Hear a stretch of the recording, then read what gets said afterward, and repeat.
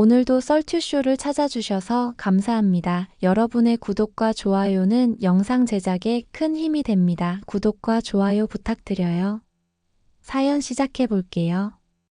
안녕하세요, 여러분. 제가 오늘 들려드릴 이야기는 제 인생에서 가장 통쾌하고도 충격적이었던 사건에 관한 거예요. 때로는 우리 눈앞의 진실이 우리가 상상했던 것보다 훨씬 더 믿기 힘든 것일 수도 있다는 걸 깨닫게 해준 사건이었죠. 그 이야기를 들려드리기 전에 제 이야기를 먼저 해드려야 할 것 같네요. 강남 프리미엄 스트리트, 제가 운영하는 뷰티샵 르블랑은 이곳의 중심가에 자리 잡고 있습니다. 3층 단독 건물 전체를 사용하는 저희 샵은 1층의 럭셔리한 리셉션부터 3층의 VIP, 프라이빗 룸까지 모든 것이 완벽을 추구하죠. 하지만 이런 성공을 이루기까지 제가 걸어온 길은 결코 쉽지 않았답니다.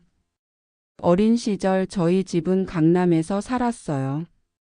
아버님은 기업 부사장이셨고 어머님은 강남에서 손꼽히는 소아과 원장이셨죠. 주변에서 보기에는 부러울 것 없는 삶이었을 텐데 어린 저에게는 오히려 그것이 무거운 짐으로 다가왔어요. 지연아, 내가 가진 것들이 전부 내 것이 아니란다. 그저 잠시 빌린 거라 생각해. 그러니 겸손하게, 하지만 당당하게 살아가렴. 어머님의 이 말씀은 제 삶의 좌우명이 되었어요. 덕분에 저는 늘 제 자신을 온전히 드러내지 않고 살았어요. 중학교, 고등학교 모두 그저 평범하게 보냈거든요. 하버드 의대와 서울대 법대 모두 합격했음에도 불구하고 제가 선택한 길은 뷰티 테라피였어요. 부모님의 반대는 이만저만이 아니었죠. 지연아, 너 정말 무슨 생각이니? 그 많은 재능을 가지고 뭘 하겠다는 거야? 아빠, 저는 정말 이 일이 좋아요. 사람들의 삶을 아름답게 만들어주는 일이에요. 결국 저는 제 고집을 꺾지 않았고 부모님을 설득하는 데 성공했어요. 하지만 조건이 있었죠. 좋아. 네가 그토록 원한다면 한번 최선을 다해봐. 하지만 내 실력이 최고가 되어야 해. 중간은 용납 못해. 그렇게 시작된 제 여정은 결코 쉽지 않았어요. 학부에서 피부 미용을 전공하면서도 저는 의대 수준의 해부학과 생리학을 공부했답니다.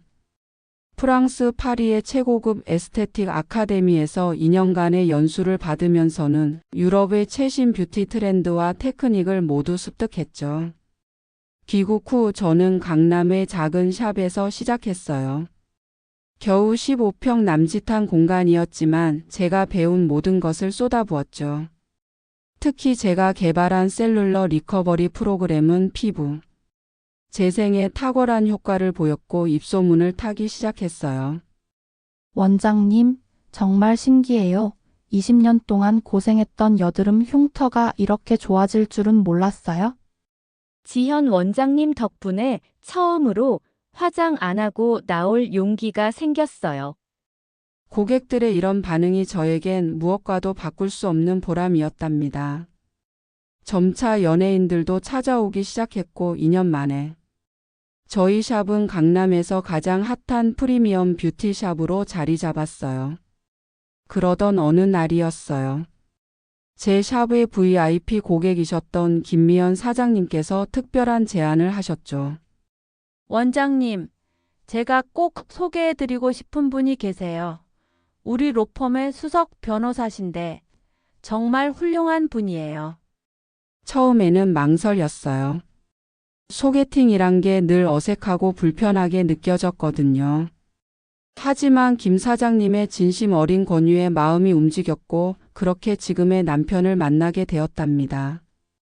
청담동의 조용한 프렌치 레스토랑, 캔들의 은은한 불빛 아래서 처음 만난 그는 제 기대 이상이었어요. 키가 훤칠하고 단정한 외모도 좋았지만 무엇보다 그의 지적인 매력과 따뜻한 마음씨에 끌렸죠. 지현 씨, 고객의 자존감을 높여주는 일을 하신다는 게 정말 멋져요. 겉모습의 변화를 넘어서 내면의 변화까지 이끌어내시는 거잖아요. 그의 말 한마디 한마디가 진심으로 느껴졌어요. 저는 처음으로 제 직업과 열정을 온전히 이해해주는 사람을 만난 것 같았죠. 만남이 거듭될수록 우리는 서로에 대해 더 깊이 알아갔어요. 그는 대형 로펌의 성공 가도를 달리는 변호사였지만 결코 거만하지 않았죠. 오히려 사회적 약자를 위한 프로보노 활동도 꾸준히 하고 있다는 걸 알게 되었어요. 3개월이 지났을까요? 한강공원의 달빛 아래서 그가 조심스럽게 청혼을 했어요. 지현 씨, 우리 평생 함께 할까요? 그의 떨리는 목소리와 진실된 눈빛은 지금도 잊을 수가 없답니다. 시어머님을 처음 뵙던 날도 선명히 기억나요. 첫 인사를 위해 백화점 명품관에서 고른 스카프를 들고 찾아뵈었죠. 한복을 단아하게 차려입으신 어머님은 제가 상상했던 것보다 훨씬 더 따뜻한 분이셨어요. 이렇게 예쁘고 똑똑한 며느리를 맞이하게 되다니 우리 재훈이가 복이 많구나. 그렇게 시작된 새로운 인연은 축복 그 자체였어요. 결혼식도 모두의 축하 속에 아름답게 치렀고 신혼생활도 더없이 행복했답니다. 하지만 그때는 몰랐어요. 제 앞에 어떤 시련이 기다리고 있는지, 그리고 그 시련이 얼마나 충격적인 진실을 품고 있는지를. 결혼 생활 1년 차 봄비가 내리던 어느 날이었어요. 남편이 퇴근하고 돌아와 조심스럽게 이야기를 꺼냈답니다. 여보, 동생이 결혼한다고 하네요. 이번 주말에 여자친구랑 같이 집에 온대요. 남편의 동생 재민 씨는 형과 비슷하면서도 다른 이목구비를 가진 청년이었어요. 깔끔한 정장 차림으로 나타난 그의 옆에는 화사한 미소를 가진 여성이 서 있었죠. 안녕하세요. 저는 서연이라고 해요. 재민 오빠한테 이야기 많이 들었어요. 첫 인상은 밝고 다정했어요. 하지만 그날 저는 미처 알아채지 못했죠. 그녀의 화사한 미소 뒤에 숨겨진 차가운 계산을 말이에요. 서연 씨는 무슨 일을 하시나요? 제가 물었을 때 그녀는 자랑스럽게 대답했어요. 엘백화점 명품관에서 일하고 있어요. 해외 명품 브랜드를 담당하고 있죠. 그날 저녁 식사는 화기애애한 분위기 속에서 진행되었어요. 하지만 대화 중에 묘한 순간들이 있었답니다. 서연 씨가 자신의 배경을 이야기할 때였죠. 부모님은 호주에서 사업하시느라 한국에 안 계세요. 저는 어릴 때부터 혼자 한국에서 지냈거든요. 그때 저는 그녀의 눈빛이 잠시 흔들리는 것을 놓치지 않았어요. 하지만 그땐 그저 부모님을 그리워하는 마음인 줄로만 알았죠. 식사가 끝나갈 무렵 서연 씨는 제 직업에 대해 물었어요. 형님은 어떤 일을 하세요? 그냥 동네에서 에스테틱 운영하고 있어요. 그 순간 그녀의 눈빛이 변했어요. 아주 잠깐이었지만 분명 경멸과 비웃음이 스쳐 지나갔죠. 어느덧 재민 씨와 서연 씨는 결혼식을 올리고 부부가 되었죠. 그렇게 시작된 시동생 부부와의 인연은 시간이 지날수록 미묘한 긴장감으로 가득 차갔어요. 표면적으로는 모두가 행복한 가족이었지만 서연의 태도는 점점 더 노골적으로 변해갔답니다. 형님, 변호사 사모님이 그런 일을 하시기엔 좀 그러시지 않나요? 대화가 늘 이런 식이었어요. 하지만 더 이상한 건 따로 있었죠. 서연의 행동이 종종 이해할 수 없는 모순을 보였거든요. 한 번은 제가 백화점에서 우연히 마주친 적이 있었어요. 서연은 비싼 명품 가방을 들고 있었는데 제가 보자 깜짝 놀라더니 황급히 자리를 피했죠. 또 다른 날은 시어머님 생신 때였어요. 서연이 선물한 고가의 시계를 보며 시어머님이 물으셨죠. 서연아, 이렇게 비싼 걸 사면 어쩌니? 괜찮아요, 어머님. 제가 백화점 직원 할인으로 샀어요. 하지만 저는 알고 있었어요. 그 브랜드는 직원 할인이 적용되지 않는다는 걸. 가장 이상했던 건 동서가 점점 외출이 잦아지고 밤늦게 퇴근하는 일이 빈번하더라고요. 형님, 제가 호주에서 자란 친구들이랑 만나느라 좀 늦었어요. 그럴 때마다 그녀의 목소리에는 미묘한 떨림이 있었어요. 그리고 가끔 낯선 향수 냄새가 희미하게 느껴지기도 했죠. 하지만 저는 침묵했어요. 시어머님께서 늘 강조하시던 말씀이 있었거든요. 지연아, 내가 며느리로서 더 크게 품어주렴. 서연이도 아직 어리니까. 그렇게 2년이라는 시간이 흘렀어요. 표면적으로는 평화로워 보였지만 서연의 행동은 점점 더 수상해져만 갔어요. 그렇게 어느 날 시어머님의 환갑을 앞두고 특별한 선물을 준비하기 위해 백화점 명품관을 찾았어요. 스카프를 구경하고 있는데 갑자기 차가운 목소리가 들려왔죠. 어머 형님, 여기는 무슨 일이세요? 고개를 돌리자 동서가 매장 직원 유니폼을 입고 서 있었어요. 형님, 여기는 명품관이에요. 시장이 아니라고요. 이런 곳에서 파는 물건들은 형님 수준으로는 감당하기 힘들 텐데. 동서의 말투에는 노골적인 무시가 담겨 있었어요. 주변의 다른 고객들도 이 상황을 지켜보고 있었죠. 쫓겨나기 전에 그냥 가시는 게 좋을 것 같아요. 여기는 형님 같은 분들이 오실 만한 곳이 아니니까요. 그때였어요. 무슨 일입니까? 깊이 있는 중후한 목소리가 들려왔어요. 점장이었어요. 아, 점장님, 이 손님이 우리 매장 분위기를. 동서가 재빨리 말을 이으려는데 점장이 90도로 인사하며 동서를 꾸짖기 시작했어요. 지연 원장님 오랜만에 오셨네요. 죄송합니다. 서연 씨 지금 이게 무슨 상황이죠? 이분은 저희 백화점 VIP 고객이세요. 당장 사과드리세요. 동서의 얼굴이 순간 하얗게 변했어요. 뭐라고요? 이분이 바로 지연 원장님이세요. 작년 한 해 구매액만 10억이 넘는 저희 백화점 최상위 VIP 고객이시고 이번 시즌 프리뷰 행사에도 특별 초청된 분이신데 지금 뭐 하는 짓인가요? 점장님의 표정이 순간 굳어졌어요. 그때 이 상황을 지켜보던 VIP 라운지 담당자님이 다가왔어요. 서연 직원, 당신 지금 무슨 짓을 한 거죠? 저분이 누구신 줄 알고 그런 무례한. 죄송합니다. 동서는 어쩔 줄 몰라 연신 죄송하다는 말만 했어요. 원장님 정말 죄송합니다. VIP 라운지 담당자님이 저에게 깊이 고개를 숙였어요.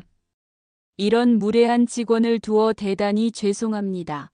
이 직원은 바로 인사조치하도록 하겠습니다. 동서는 이제 완전히 얼어붙은 듯 했어요. 그동안의 오만한 태도는 온데간데 없이 사라지고 겁에 질린 표정으로 계속 고개를 숙이며 사과를 반복했죠. 형님, 아니 고객님, 저는 정말 몰랐어요. 죄송합니다. 하지만 이것은 시작에 불과했어요. 그날 이후 서연에 숨겨진 비밀들이 하나둘씩 드러나기 시작했거든요. 어느 주말 오후 제가 친구와 강남의 한 카페에 있을 때였어요. 창가 자리에 앉아 이야기를 나누고 있는데 건너편 거리에서 낯익은 모습이 보였어요. 출근한다며 나간 동서가 한 남자의 팔짱을 끼고 걸어가고 있었어요. 설마 하는 생각과 함께 제 눈을 의심할 수밖에 없었어요. 동서의 이중 생활이 밝혀진 건 그로부터 며칠 뒤였어요. 시어머님께서 친구분 댁에 가셨고 남편은 여느 때와 같이 출근했고 시동생 재민 씨도 출장을 간 날이었죠. 저는 갑자기 속이 좋지 않아서 일찍 들어왔는데 동서는 집에 아무도 없다고 생각했나 봐요. 2층 거실에서 전화 통화를 하는 소리가 들렸어요. 제가 현관에 들어선 줄도 모르고 서연은 소파에 편하게 기대앉아 통화에 열중해 있었죠. 오빠, 나도 보고 싶었어. 응. 이제 곧 자유로워질 수 있어요. 변호사님이 이혼 서류 준비 다 됐다고 하셨거든. 순간 걸음을 멈췄어요. 이혼이라니? 그 사람은 아직도 아무것도 모르지. 내가 연기를 잘해서 완벽한 아내인 줄 알고 있다니까. 흔들린 티 하나도 안 내고 있어. 동서의 목소리에는 제가 한 번도 들어본 적 없는 냉소적인 톤이 묻어 있었어요. 이제 좀만 더 참으면 돼요. 재민 오빠가 출장 간 동안 서류 정리해서 그래야 위자료도 잘 받을 수 있잖아. 저도 모르게 손에 힘이 들어갔어요. 시어머님께 그토록 애교 부리고 남편 앞에서 다정한 아내 노릇을 하더니 이게 다 연기였다니. 그래도 걱정 마요. 오빠는 오빠만 사랑해. 재민 오빠는 그냥 내가 더 나은 삶을 살기 위한 징검다리였을 뿐이야. 이제 와서 보니까 집안도 별거 없더라고. 응, 맞아요. 형님은 동네 피부관리실이나 하는 아줌마인 줄 알았는데 그렇게 큰 샵을 운영하고 있는 줄은 몰랐지. 그럼 뭐해요? 시어머니도 답답하고 정말 숨막혀 죽는 줄 알았어. 내가 이런 집안에서 살아야 한다니. 비웃음 섞인 그녀의 말에 가슴이 철렁 내려앉았어요. 오빠가 얼마나 대단한 사람인데 재민 오빠랑은 비교도 안 되지. 난 오빠의 능력까지도 사랑해. 잠시 상대방의 말을 듣더니 서연이 깔깔 웃었어요. 와, 대박. 30억이나 돼. 역시 우리 오빠가 최고야. 이제 곧 오빠랑 결혼하면 되는 거잖아. 그날만 기다리고 있어. 전화를 끊은 서연은 소파에 편하게 누워 다리를 흔들며 다른 번호로 전화를 걸었어요. 여보세요, 재민 오빠. 잘 도착했어요. 네, 저도 오빠 많이 보고 싶어요. 집에서 잘 있을게요. 사랑해요. 전화를 끊자마자 서연은 얼굴을 찌푸렸어요. 아휴, 진짜 징글징글해. 이제 곧 끝이야. 그리고는 휴대폰을 들여다보며 웃음을 지었죠. 민우 오빠, 조금만 더 기다려요. 우리 곧 행복해질 수 있어. 저는 그 자리에 얼어붙은 채로 서 있을 수밖에 없었어요. 방금 들은 모든 게 현실이라는 게 믿기지 않았거든요. 얼마나 많은 거짓말을 얼마나 완벽하게 해왔던 걸까. 그날 이후로 동서의 행동이 전부 다르게 보이기 시작했어요. 시어머님께 애교 부리는 모습, 남편을 반기는 모습, 심지어 백화점 사건이 있은 뒤부터 저에게 깍듯이 하는 모습까지도. 모든 게 완벽한 연기였던 거예요. 주말마다 있다던 스터디 모임, 친구들과의 약속, 자기계발 수업. 그 모든 시간 동안 그녀는 민우라는 남자와 만나고 있었던 거죠. 호기심에 며칠을 지켜보니 그들의 만남이 포착됐어요. 강남의 고급 레스토랑에서 데이트를 즐기고 특급 호텔 라운지에서 시간을 보내고 서연은 마치 오래된 연인처럼 자연스럽게 그의 품에 안겨 있었죠. 서연아, 이혼 절차는 잘 진행되고 있어? 네, 오빠 곧 끝날 거예요. 변호사님이 이번 달 안으로 정리될 거라고 하셨어요. 민우라는 그 남자는 동서가 이혼 진행 중인 여자라고 알고 있었어요. 동서는 그 남자에게조차도 엄청난 거짓말을 하고 있었던 거죠. 더 충격적인 사실은 따로 있었어요. 호주에 있다던 동서의 부모님에 대한 이야기도 모두 거짓이었다는 걸 알게 된 거예요. 그 아주머니를 처음 본 건 늦가을의 어느 저녁이었어요. 평소처럼 퇴근하고 집으로 돌아오는데 우리 집 앞에서 누군가가 서성이고 있더라고요. 허름한 차림의 아주머니가 불안한 듯 이리저리 걸음을 옮기고 계셨죠. 처음에는 그냥 지나쳤어요. 하지만 그 다음 날도 매일 같은 시간에 그 아주머니가 우리 집 앞을 서성이는 게 보였어요. 때로는 멀리서 우리 집을 바라보기만 하다 가시고 어떤 날은 현관 앞까지 와서 한참을 서 계시다가 가셨죠.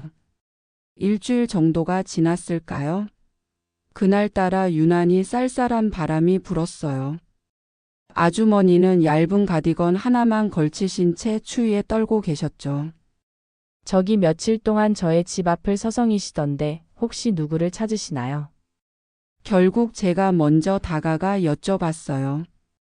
아주머니는 깜짝 놀라신 듯 저를 바라보셨어요. 눈가에 눈물이 고여 있었죠. 혹시 이서연이 여기 살고 있나요? 순간 등줄기가 서늘해졌어요. 서연이라니. 서연이요? 저희 동서인데 혹시 어머님이신가요? 아주머니의 눈에서 눈물이 흘러내렸어요. 네, 전 서연이 엄마예요. 너무 연락이 안 되어서요.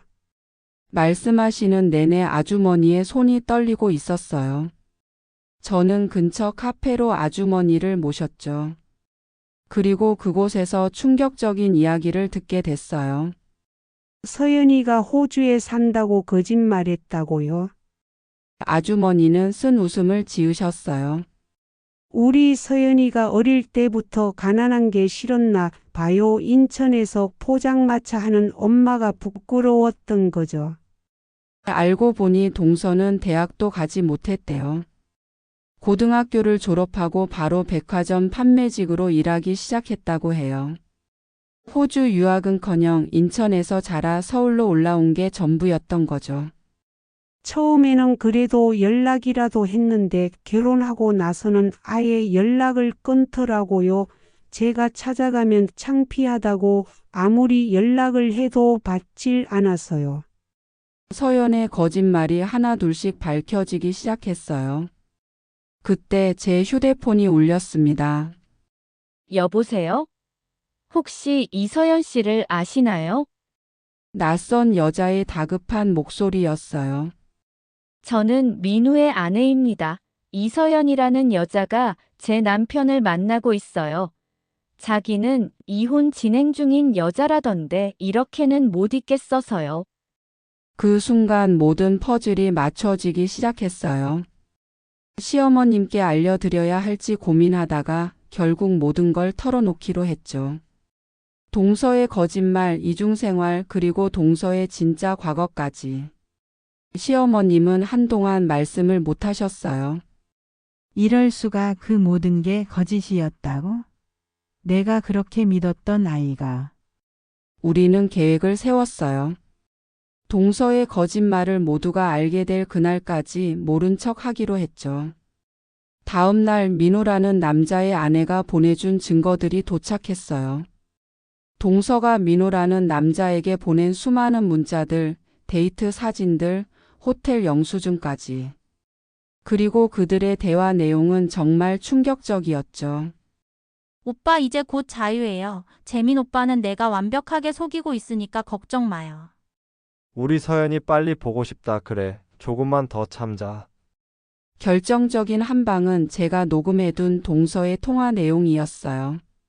재민 씨를 징검다리라고 했던 그 통화. 모든 증거가 준비됐죠. 우리는 고급 레스토랑의 프라이빗 룸을 예약했어요. 민호라는 남자가 동서를 불러내기로 했죠. 그리고 그곳에는 우리 모두가 기다리고 있었어요. 재민 씨, 민호의 아내, 시어머님, 그리고 동서의 어머님까지. 동서가 들어오는 순간 그녀의 얼굴에서 핏기가 싹 가셨어요. 이게 다 무슨 일이니, 서연아? 시어머님의 목소리가 떨렸어요. 어머니 이게. 이제 그만 연기하시죠. 이서연 씨. 민호의 아내가 차갑게 말했어요. 당신 진짜 모습을 이제 다들 알게 됐으니까요. 하나씩 증거가 공개될 때마다 동서의 얼굴은 점점 창백해져 갔어요. 마지막으로 동서의 어머님이 말씀하셨죠. 이제 그만 돌아와. 서연아, 엄마는 그저 너 하나만 잘 살면 된다고 생각했는데 왜 그랬어? 동서는 결국 그 자리에서 주저앉고 말았어요. 전 그저 더 나은 삶을 살고 싶었을 뿐이에요. 돈 많은 남자를 만나서 호화로운 삶을 살고 싶었던 거예요. 그날 밤 모든 것이 끝이 났어요. 시동생 재민 씨는 즉시 이혼을 결심했고 민호라는 남자도 동서에게 등을 돌렸죠. 당신 같은 여자는 이제 2번 다시 보고 싶지 않아. 다신 내 앞에 나타나지 마. 민호라는 남자의 마지막 말이었어요. 웃기죠? 본인도 아내를 두고 바람을 피운 거면서 동서만 나무라는 꼴이 기가 차더라고요. 제가 보기엔 둘이 똑같은데 말이에요. 결국 동서는 모든 것을 잃었어요. 완벽한 이중생활로 만들어 놓은 거짓말에 성이 순식간에 무너져 버린 거죠. 그렇게 버림받은 동서는 인천 어머님의 포장마차로 돌아갔다고 해요. 얼마 전에 동서 어머님께 연락이 왔었어요. 원장님, 서연이가 요즘 포장마차에서 일하면서 많이 달라졌어요.